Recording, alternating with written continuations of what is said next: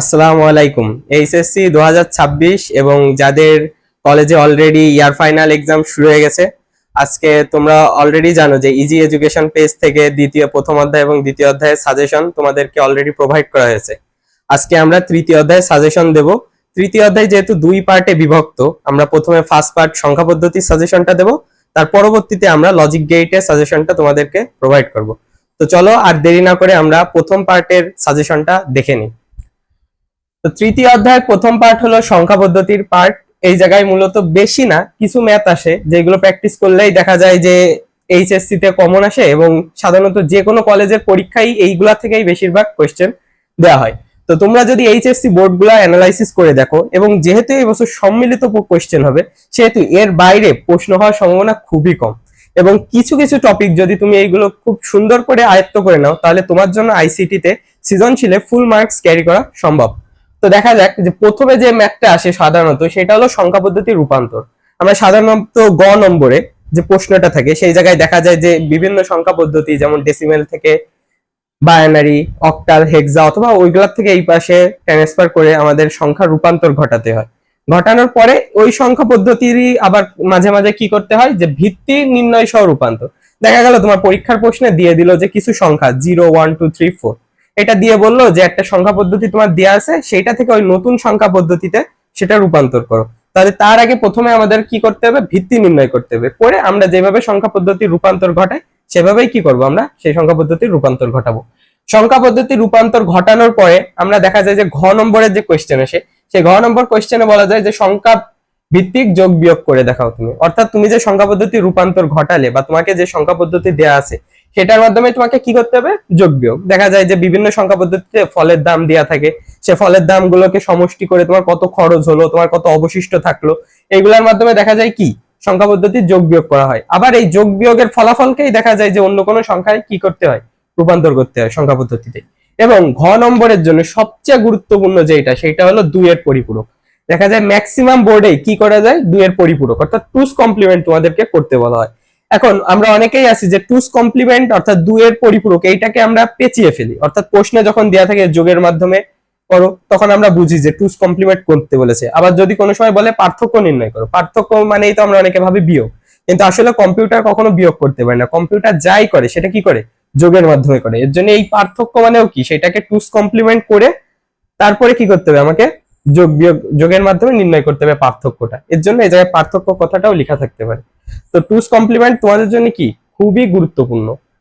তো এইটাই ছিল হলো ফার্স্ট পার্টের সাজেশন। আমরা চলো এবার দ্বিতীয় পার্টের সাজেশনটা দেখে নিই। তাহলে চলো এবার আমরা তৃতীয় অধ্যায়ের দ্বিতীয় পার্ট অর্থাৎ লজিক গেটের সাজেশনটা দেখে নিই। কিন্তু সাজেশনটি দেখার আগে তোমাদেরকে জানিয়ে রাখি যে আমাদের এই যে ভিডিওগুলো, এগুলা তোমাদের খুবই কাজে আসবে। আমরা শুধু যে আইসিটি তা নয়, আইসিটি, ইংলিশ সহ বিভিন্ন সাবজেক্টের কি কম্প্যাক্ট সাজেশন তোমাদেরকে প্রোভাইড করছি, যাতে তোমরা পরীক্ষার জন্য একটা গোছানো প্রিপারেশন নিতে পারো। এর জন্য তোমরা যদি এই ভিডিওটা ফেসবুক থেকে দেখে থাকো তাহলে অবশ্যই ফলো করে দাও, এবং ইউটিউব থেকে দেখে থাকলে অবশ্যই কি সাবস্ক্রাইব করে দাও এবং আমাদের সাথে থাকো। যেহেতু তোমাদের পরীক্ষার খুবই সময় কম, পরীক্ষার আগ পর্যন্ত এমন সাজেশন আরো পেতে, যাতে তোমরা একটা গুছানো প্রস্তুতি নিয়ে আরো ভালো করতে পারো, তার জন্য অবশ্যই আমাদের সাথে যুক্ত থাকো এবং ভিডিওটা দেখার আগে অবশ্যই কি লাইক এবং ফলো করে দাও। তাহলে চলে আসি আমরা আইসিটি তৃতীয় অধ্যায়ের দ্বিতীয় পার্ট অর্থাৎ লজিক গেটের যে পার্টটা থাকে। দেখা যায় যে শিক্ষার্থীরা এই অংশটাই খুবই কি দুর্বল থাকে, বা অনেকের ভয় কাজ করে যে আসলে আমরা কিভাবে করবো এটা বা কি। কিন্তু তুমি যদি পরীক্ষার আগে শুধুমাত্র এই 6টা বিষয়ের উপর একটু প্র্যাকটিস করে রাখো এবং জ্ঞান নিয়ে রাখো, তাহলে অবশ্যই তোমার পরীক্ষায় কি গুছানো প্রস্তুতি হবে। এবং যে বোর্ডই দেখো না কেন, ম্যাক্সিমাম আগের বোর্ডগুলোতে এই টাইপের কোয়েশ্চেন গুলো কি বেশি হয়েছে, এবং যেহেতু সম্মিলিত বোর্ডের কোয়েশ্চেন হবে এই বছর, সেহেতু এর ভিতর থেকেই তোমাদের কমন আসবে ইনশাল্লাহ। তো প্রথমে আমরা আসি যে শুরুতে দেখা যায় খ নম্বরে বা কিছু কিছু কোয়েশ্চেনে কি দেয়, সত্যক সারণী নির্ণয়। অর্থাৎ একটা তোমাকে সমীকরণ দিয়ে দেবে, সমীকরণের ডান পক্ষ এবং বাম পক্ষ তোমাকে কি সত্যক সারণীর মধ্যে প্রমাণ করতে হবে। এই সত্যক সারণীটা এর জন্য তোমাদের খুব গুরুত্বপূর্ণ, অর্থাৎ খ নম্বর বা 2 মার্কের কোয়েশ্চেনের জন্য। তার পরবর্তীতে যখন আমরা গতে আসি বা 3 নম্বরের কোয়েশ্চেনে আসি, তখন দেখা যায় যে সমীকরণের মাধ্যমে সমাধান। অর্থাৎ তোমাকে একটা সমীকরণ দিয়ে দেয়, তোমাকে ওই সমীকরণটা শেষ পর্যন্ত কি এনে সেটা সমাধান করতে হয়। এবং সমীকরণ সমাধান তোমরা দেখা যায় সাধারণত বইতে আছে এবং গাইডেও বিভিন্ন ধরনের প্র্যাকটিস দেওয়া থাকে। ওইগুলোর মধ্যে থেকেই তুমি যদি বারবার প্র্যাকটিস করো, দেখবা তুমি এই সমীকরণের সমাধান করতে পারবা। তার পরবর্তীতে আসে সাধারণ গেটের মাধ্যমে সমীকরণ বাস্তবায়ন। দেখা গেল তোমাকে একটা সমীকরণের সমাধান নামানোর পরে সেটাকে সাধারণ মৌলিক গেট অর্থাৎ অর গেট, নট গেট আর হলো অ্যান্ড গেটের মাধ্যমে বাস্তবায়ন করতে বলতে পারে। তাছাড়াও কি করতে পারে, যৌগিক গেট দ্বারা সমীকরণ বাস্তবায়ন, যেটা সাধারণত তোমাদের বেশিরভাগ পরীক্ষার কোশ্চেনে আসে সম্ভাবনা বেশি। যৌগিক গেট কোনটা? আমরা জানি যে নর গেট এবং ন্যান্ড গেট এই দুটা হলো কি যৌগিক গেট। এই যৌগিক গেট দিয়ে মৌলিক গেট সহ বিভিন্ন সমীকরণের অ্যান্সারও কি তোমাকে বাস্তবায়ন করতে বলবে।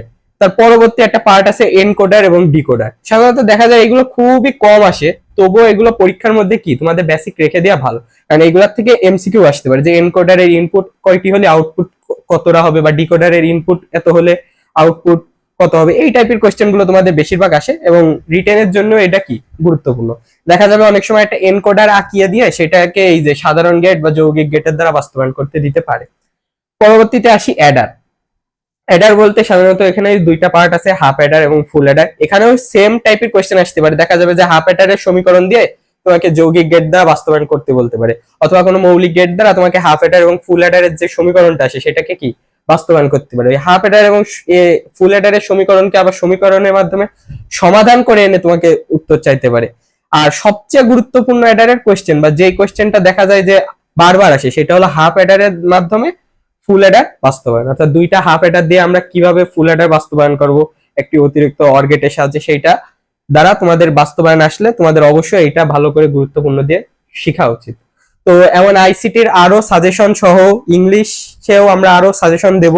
তো ইনশাল্লাহ তোমরা আমাদের সাথে থাকো এবং অবশ্যই যুক্ত থাকো ইজি এডুকেশনের সাথে।